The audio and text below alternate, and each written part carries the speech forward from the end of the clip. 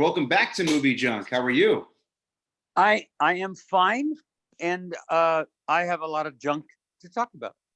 Oh yeah, and again, super excited to have you back on. I know for the fans that are basically living under a rock and if are not familiar with Ken Davitan's work, over 120 credits to your name.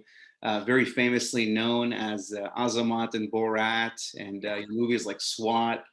I selfishly, loved you in Ray Donovan, one of my favorite shows, and of course Netflix Cobra Kai, where you play Armand.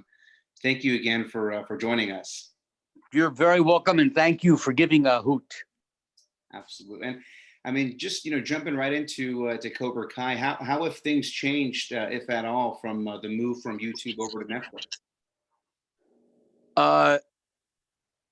More people are seeing it because the cast didn't have a change. Like you would think, oh, did they get more official? Did they get more this? Did somebody come down and say?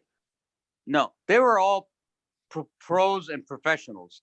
The only difference is Netflix allowed more people to see it, even though YouTube, all you had to do is go on it and see it. And Netflix is perfect. And because season 3 was already filmed, right? It was already in the bag. It was just a matter of who was going to distribute it for season 3. Yeah, because even when we were shooting it, they already said that YouTube decided that they don't want any more episodics. That's what I was told. That's fine with me. How does it feel to finally be able to talk about season 3? Well, I'm anxiously waiting for season 4. I have never done crazy things before, and I'll tell you, crazy thing I did was right after they beat me up on season 3, I went and made a complaint to the producers, and I said, "Listen, we're in Van Nuys, so I'm going to go get 100 Armenian guys and come and kick all of their asses." And he says, "Don't worry, you get your revenge on season 4." And I thought, okay, that sounds good to me. Thank you very much. And I can't wait. And then after it aired, I actually texted one of them, Facebook one of them, and said, "Listen, why can't Armand take karate lessons? Or why can't Armand open a dispensary in Van Nuys and have Cobra Kai be his security? And that way, more people will hate Cobra Kai." And that's the whole thing. That's the conflict. So I don't know. I threw it out there, but I think they had 4 already set up. So maybe 3, I'll own a dispensary. Oh, nice. Yeah, because you had a really intense scene with Kreese when you came in with your nephews. There was some issue over rent. And, we didn't actually see it on screen, but, we were given the perception that Kreese had beaten you guys up. And then, whatever deal you had with Daniel was no more. I called Daniel and I told him that ain't happening. Thank you very much. Yeah. Do you think we'll see you doing some karate in the coming seasons? Well, not unless they really, really want to go into the comedy world and make me kung fu. No, I think that the show's very serious. I like it. I really like the show. I love the way they've woven in the movies. Yeah. And the girl that he saved on top of that thing when there was a typhoon coming just happened to be the vice president of the bank. Yeah. I love that kind of stuff. Yeah. So it's good. Now I'm just sitting waiting for Mr. Mayfair to come out. I'm anxious about that because it was a show without the accent. And I haven't done anything without the accent for a long time, and I wanted to. Yeah, because in Mr. Mayfair, that's also Armand Assante, Stephen Stephen Bauer Bauer. as well too. Yeah, I know that one's also on my my bucket list because you guys go. There's some issues. I don't want to spoil the story though, but you guys go to London, and Yeah, one of you guys gets into some trouble and a lot, a lot of trouble. a lot. Every few minutes. In fact, one of the things I really loved about this Mr. Mayfair is I beat a guy up with a hammer. Oh, wow. Blood scrapping on my face. Blood. And I leave him there and I go to the club and sing. Oh man. So no remorse. No. I shoot people in the club and then I go drink. And it's real mobster, but there's some humor. It's funny. Yeah. You know? So Yeah. it's good.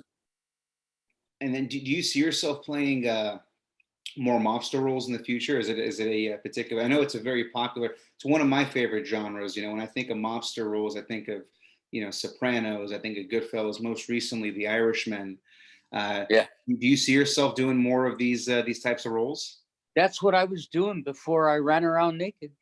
Mm-hmm. Mm-hmm. So yeah, I'd like to go back to doing that. I always I think I got killed like 20 times in my career. So yeah, I like to go back to it. I like it.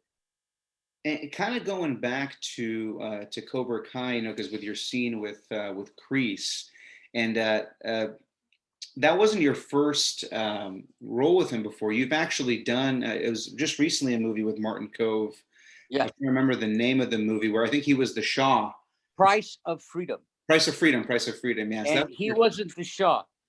Talking about mob movies, the Shah was played by who was the head of the mob in Goodfellas? Paul Sorvino. Yes. Okay. It was played by Paul Sorvino. And when I heard he was in the picture, I don't care, whatever it is. So it was a true story about a dentist who came to America, learned to be a dentist, went back, became the Shah's dentist, and then had to figure out how to sneak his family out when the revolution happened. Well, Martin played a guy, a mullet, and he would tell people that you did this wrong and so sentenced to death. And so he'd sentence all these people to death.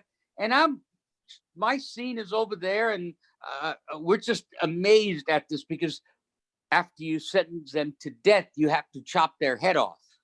Yeah. And it was a gory scene. And I had no idea it was Martin Kove. I had no idea until the premiere at the film festival. What are you doing here? I'm in the movie. I'm the guy that killed everybody. And that is a testament to his acting. That's amazing. Yeah. Because that was before, I believe he had shot season 1 of Cobra Kai. Yes, it was. That's right before. Because we talked about me being on Cobra Kai and he wasn't. Yeah. Yes. That was right before. Yeah. And, so I bet it was awesome to kind of, join again. Yeah. I don't remember that. That's always is. I did Ray Donovan. Oh, and yeah. Ray Donovan, they're going to introduce. Levi's a nice guy. The oldest and most,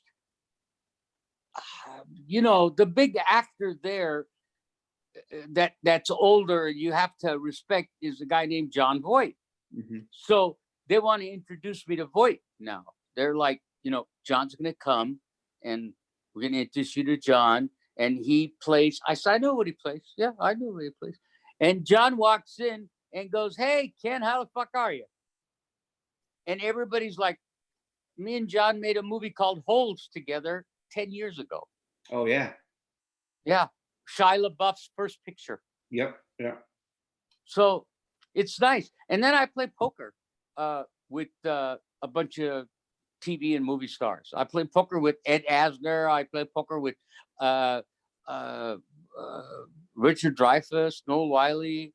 Just different times that we go to this one guy's house and he calls everybody, and it's great. It's really a nice way to be equal. Yeah, Ed Asner, who plays Johnny's stepdad. Yes, and that's really funny because we play poker together. In fact, there's a picture of me holding a cake so Ed could blow the candles out because it was his birthday. He's 90 years old. Wow, that's awesome. Any wild stories you could share from those poker nights? No. If there were any, it was all well behaved matches. No, but nevertheless, I can't share it. Got it. Makes sense. No, I mean, we're talking about. Do you remember Barney Miller? Yeah. Okay, Barney Miller's playing. I mean, it's amazing. The father, his name's Dan. He's the father on Wonder Years. He plays all the time. I mean, like for me, I'm at awe because I'm sitting there playing with these guys going, whoa, man. But they're all superstars in my book. So I'm happy that they called me to this and they let me play. I know the last time we had our first interview, Borat 2 had just come out. And yeah, you had mentioned that you hadn't had a chance to see. I actually hadn't seen it yet. I have since seen it. I was just curious to see if you had a chance to watch it yet. Yes, I have. On there, are you able to share your thoughts on how you thought the picture was? Why don't you share yours first? Of course. So, to be honest, I thought it was very funny. I thought it was a very funny movie. I think there was a story definitely there. I think the daughter was hilarious as well. She was probably the best part of the movie. I still, like I mentioned earlier, Azamat is one of my favorite characters. Just not even just in the movie, but just overall hilarious character. So I would have liked to have had a better send off for that character. I think that was the missing void. That's about the size. That's about the size that they made me. Yeah, exactly. and to be honest, and I think we can talk about this now for the folks. I mean, it's been out for a while, but I still think the story is left open because technically we never saw you get killed. I mean, we know you're a chair, but who knows? Maybe it's someone else. Maybe they're just saying it. Maybe Azamat's undercover and it's a matter of economics. Mm-hmm. That's all. Yep. What they were going to pay me over here is nothing. But in Bulgaria, maybe it's a lot of money. So, and I was, they went to the same place. They went to the lake.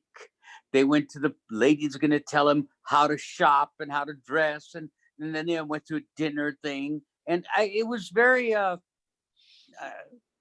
I didn't like that. I am on tape saying, no, naked. Fat man in boxers is hilarious. Everybody loves a fat man in boxers. But I ended up being naked. So I'm not, those scenes are okay. I thought her scene was, I don't know. Most men cringe at the female organ out there bleeding and shit. So, but it made money. There's a virus going on. It got a lot of people to watch. It's, that's okay. Yeah. And again, technically, we didn't. Yeah, I'm not. But I'll tell you something. I had suggested years ago, 3 years ago, when we did Jimmy Kimmel thing, I suggested that we go in drag. And if we cut our facial hair, we had a wig, I mean, you know, you don't cut the hair on your legs if you're from over there. And we would be going in drag. I don't think anybody would have recognized us. If for any reason there happens to be a part 3 and the economics make sense, would you be open for a return? Yeah. Yeah. Yeah. Absolutely. Yeah. Yeah. I have no problem. I think if they wanted me in there, they could have made it happen. So, I think they could have made it happen, and they didn't. So that's all. Yeah. One question that I also forgot to ask on our last interview. Another one of my favorite actors, Jon Lovitz, and you'd done 2 pictures with him. You had done Shark Proof and also Last Day Foundation. Yeah. Forgive me if I missed one, but what's it like working with Jon Lovitz? Well, I met Jon at a table read at Sony, and then Jon started coming to the hot dog stand. I owned a hot dog stand called the Infield, and he would come there because he'd get his car washed at Handy J's Car Wash. So we slowly became friends. So the guy that wrote Half Day Foundation or Last Day Foundation, he's how should I say this, related to me. And so I asked Jon, and Jon said, sure, I'll come and do it. I said, it's good, I'll give you a hot dog. So we did that. And then Cameron, who was the writer on Shark Proof, called me up, and I got a part in the movie, and I'm a producer, and we're trying to find somebody. And I said, hey, what about Jon Lovitz? So I called Jon, and he said, no. And I talked him into it. And then my oldest son took over his, when he had a comedy store, we did the food for, I don't know, like 6-7 months, because we had restaurants. So he's a very good friend. Oh, nice. And I got to ask, was this Middle Eastern food, Armenian food that you were serving, or? No. What type of food was it? The Infield was a hot dog stand. Oh, cool. And we had stadium seating that we got from different stadiums, and we cemented to the ground, and people would come like sitting in the stands of the game. And before that, we had a place called The Dip, and we made French dip sandwiches. So I mean, they were dip, double dip, or submerged, and they were great. But I'm making movies, and it was right after Borat, but I just, no time. Yeah, I was gonna say, did fans order a sandwich or food and then say, "Hey, you're Azamah"? No, you want to know what happened? This kid, like 16 years old, came up and ordered a sandwich, and he looked at me, and he said, and I'm getting the sandwich, and he goes, oh, I've seen you naked. And I went, what? Oh, did you see like you know how they show the picture screening? I said, oh, did you see the screening? He says, no, my father was a broker. I was there. Oh, wow. And I went, okay, well, here's your sandwich. Get out of here. Go. And he tried to give me money. I said, no money. Just go. So he actually had seen me. I didn't see it till about 4 years ago. Oh, really? Wow. Yeah. I had no idea. I told everybody I'm going to be naked. And everybody said, come on, it's a Fox movie. Okay, you're not going to be naked. Well, I don't know. And then when the time came, I was naked. And they gave him that big black bar. And I can tell you, he didn't need that big of a bar. That's called Hollywood magic. And that was it, man. We shot our show and keep going.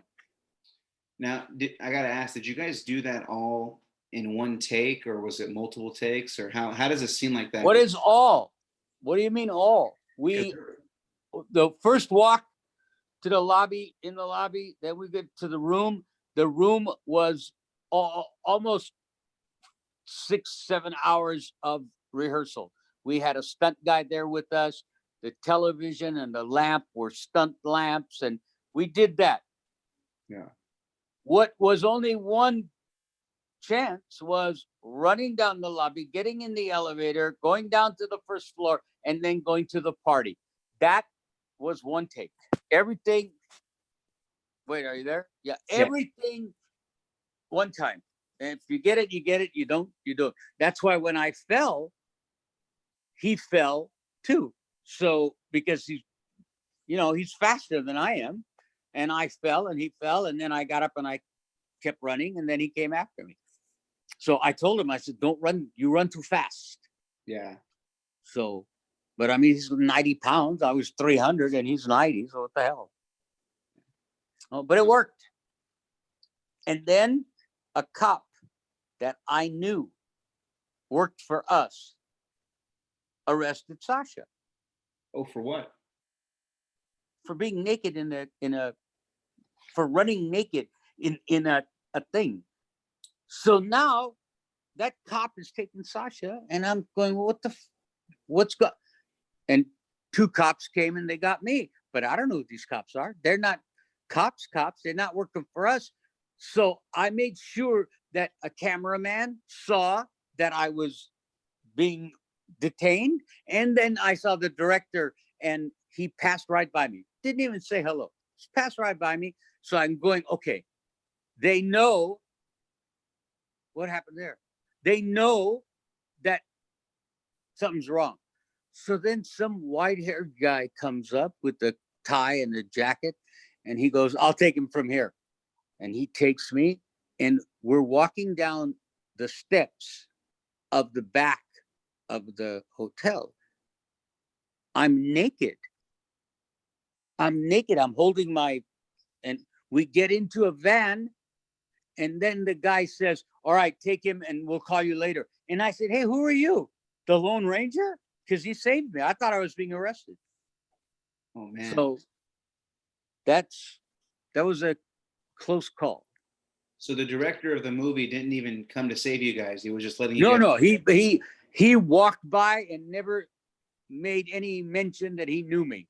But once he saw me and the cameraman saw me, I knew they weren't going to say, hey, where's Ken? They know where Ken is, with a cop. Yeah. Ken, is there a particular actor or director that you haven't worked with yet that you're still wanting to work with? I would have given my pinky ring to be in, you named the movie. The Irishman? Yeah. I was in Cannes it wasn't Borat, it was after Borat. It was for The Artist. And I met a guy who was one of the producers, and he was telling me about The Irishman, and he said, there's a part in it for you. And I read for that part, and it was some of a comic part. It was being in prison, and I was not getting my checks from the union, but the other guy was getting his check. So it was a little banter, and I don't care what it was. I mean, I would have done it, but I didn't get the part. So Scorsese, De Niro, Pacino. Do you have a favorite Scorsese movie? Well, Goodfellas is really up there. Now, at least now I can also say that I was in a movie with the star of Goodfellas, so that's cool. Yep. Yeah. No, that's awesome. Yeah, I liked it. Yeah. Now, how did you get into this? Me personally? Yeah. I bet there's a lot of listeners that are going, oh, I'm glad you asked him. He's always asking questions. How did you get into this? Yeah, so I mean, to be honest, I've always been a movie buff. I've always had a passion for movies, and for a lot of folks, especially kind of during the times that we were in, the unique times that we were in last year, I kind of got to thinking, what's a resource that I can use, to kind of, get closer to my passion. And it started off. I think the first interview at MovieJunk was with Sean Kanan, who's from actually the Karate Kid 3. If you remember Mike Barnes, he was actually my very first. And we actually also interviewed Dennis. He was William C. Ford. So I actually started doing some interviews with Karate Kid and Cobra Kai, and then it just the channel just kind of grew from there. I think we're over 35 interviews since then. So just a passion of mine. I've always wanted to get. Well, what else do you want to do in the movie industry? I'd love to be a screenwriter. Believe it or not, as a kid, I actually dabbled a little bit in acting. If I search, I can probably wrestle an actual actor picture of me as a kid. I'll probably send it to you, but you can't make fun of me. Oh, don't send it. Yeah. I have no filter, buddy. Yeah. I got to tell you, it was a passion, and at least my children know that if you find something that you love to do, it's not work. Mhm. I like doing it. Oh. So, and you're going to be the next critic and writer of stories about movies. That'd be awesome. That'd be amazing. It would. It'd be nice. Yeah. Can you hear us, Scott? So also, I'd like to get rid of this virus. Come on, I want to make a movie. I have a movie that I want to make. It's called Pistachio, and Pistachio is about my 4-year-old granddaughter, who in the script she's 10, and in the script, her grandmother wants to take the whole family to Armenia to show where me and her grandmother grew up and where we did our first kiss and all that kind of stuff. Except grandma passes away. And my granddaughter steals her father's credit card, and the two of us are off to Armenia to spread the ashes of my wife. And then they come, and it's all a nice story. And then we come back to America. Well, I wrote the treatment in October of 2019, and I gave it to my wife to read, and she read it, and she said, "How come that grandma has to die?" And I said, "Because grandpa's a movie star." And then she passed away on January 1st. And now it is a passion project.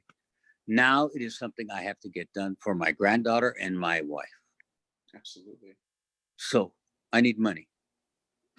And one guy who's claims he has the money. You got a lot of this in California or all over. No problem. We're going to fund your picture. We know this. We got this. I know this guy. So I sent it to somebody who's also funding a $550 million something. So, they're, and he called me today. He says, I'm going to put you on the phone with a friend of mine. Her daughter would be great in your movie.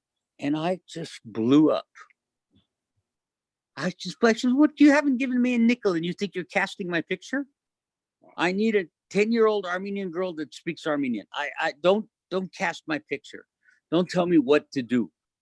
So, but I didn't think there's so many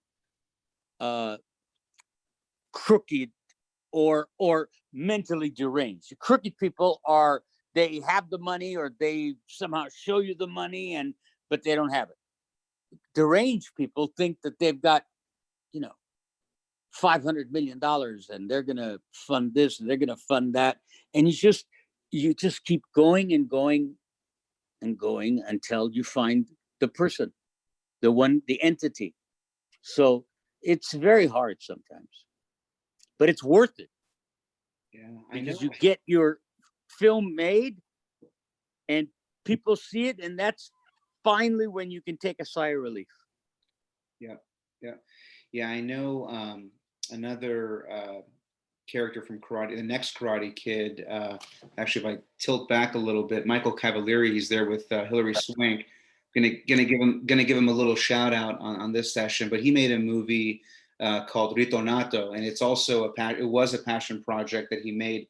I think he made it for something like literally nothing, to be honest with you. And he went to Limina in Italy and filmed it, and it was about his story, his grandfather and his mother as well. And I had a chance to get a private screening of that, and it was just something that was so dear to his heart that I asked him. I said, you're taking on a director role, a writer role, and you're also starring in this. I was like, did you ever think with all this pressure that this movie wasn't going to get made? And he's like, never. He goes, because I believed in it. I had the heart to make this thing, and I wasn't going to take any failure. And this project that you have, with your wife, I see a lot of the same, correlations. And I'd love to see it made, and I can't wait till you get it done. Yeah, I'm going to get it done. I don't think these people are going to get it done for me. Yeah, but I'll get it done. I do want to ask also, because I mean, you have 50 plus years of experience in this business.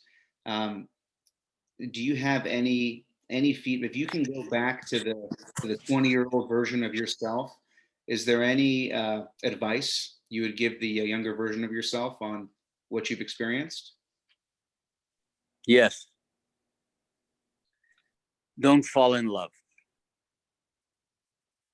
Don't fall in love and continue your career until you've made it.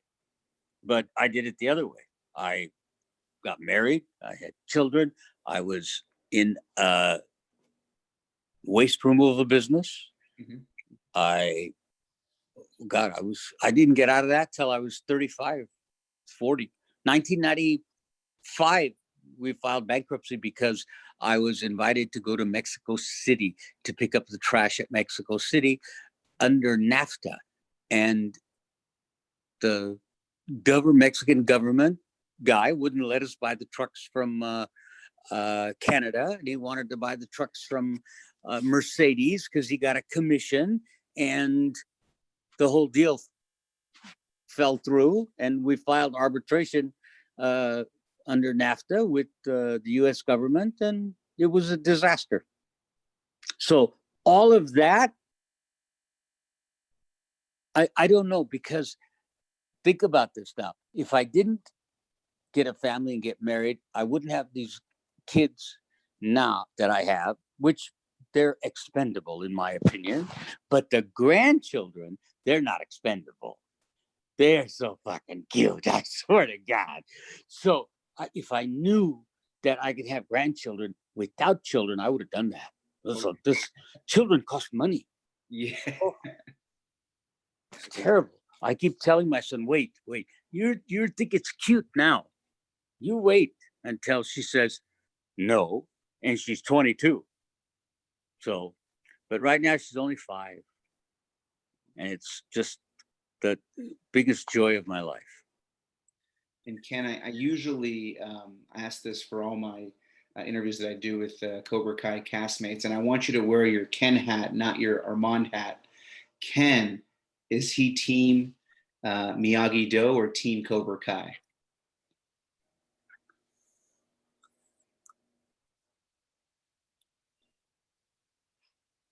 Wow. I don't know. I don't know.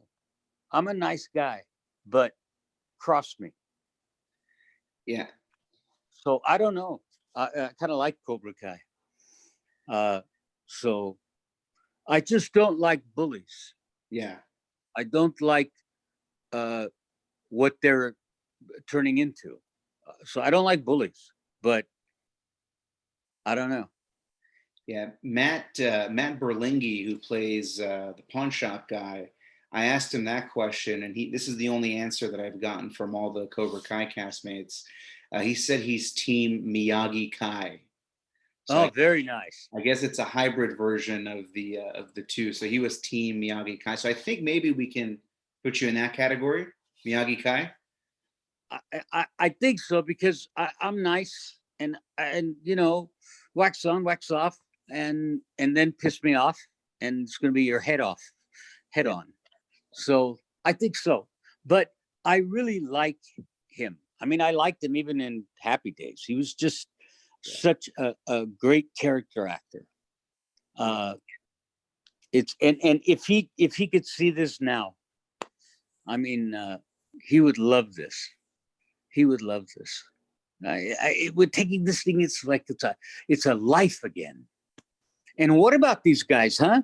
I mean, everybody's reliving the whole thing, and it's awesome. Everybody's career is going well again, and things are happening. And then there's a virus. Yeah. Where the heck did that come from? Okay, but still, that's something we just got to get rid of and get on to the next thing. Absolutely. So, excellent. Ken, I know it's, I'm sure you got some dinner plans you want to get to. I want to be respectful of your time. I want to thank you for joining us again for Are you in California? Yeah, no, I'm in California as well. Where? In the Bay Area. Oh, okay. Okay. Yeah, Mr. Newsom. Okay. Yeah, I know. Definitely. Next time I'm in SoCal, definitely would love to. Please. That'd be Please awesome. call. And no, I for sure will. And yeah, definitely. We'll reconnect once we get some more info on Mr. Mayfair, and possibly once you start shooting and get some more news on Cobra Kai, we'll do this again. If you talk to anybody of importance, tell them I suggested the 5th season I own a dispensary. Oh, for sure. Yeah. Yeah, if we can make it happen, we'll do it. I'm such a ham. I just want to be on the show more. But yeah, that sounds great. Well, it was really nice talking to you. Ken, thank you very much. Thank you for joining in, and we'll talk soon. Yeah. Okay. Bye.